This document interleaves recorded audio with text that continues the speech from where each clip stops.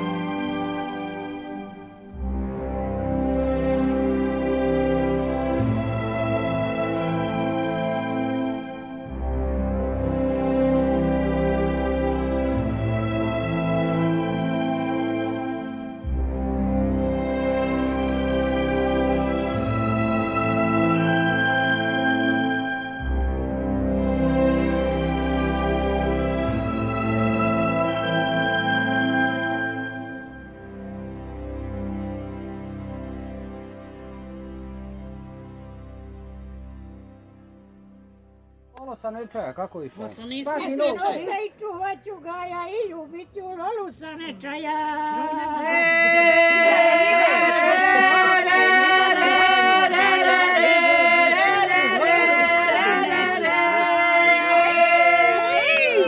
Bravo! Za Gorana, nekom za Gorana.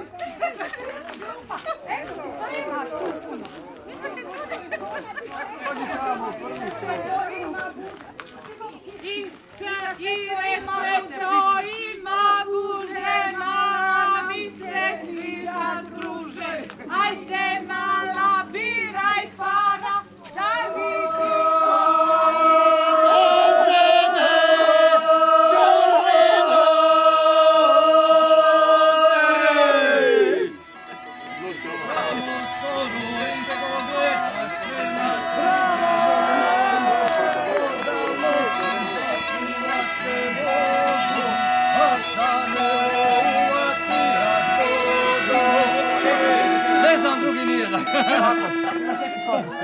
Stani dok se možeš hvala. Ovdje će vas. Kako treba onaj, Mariju. Ovdje sad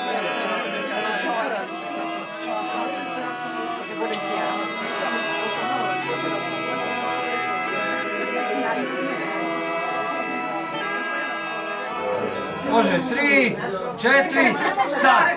Ajde.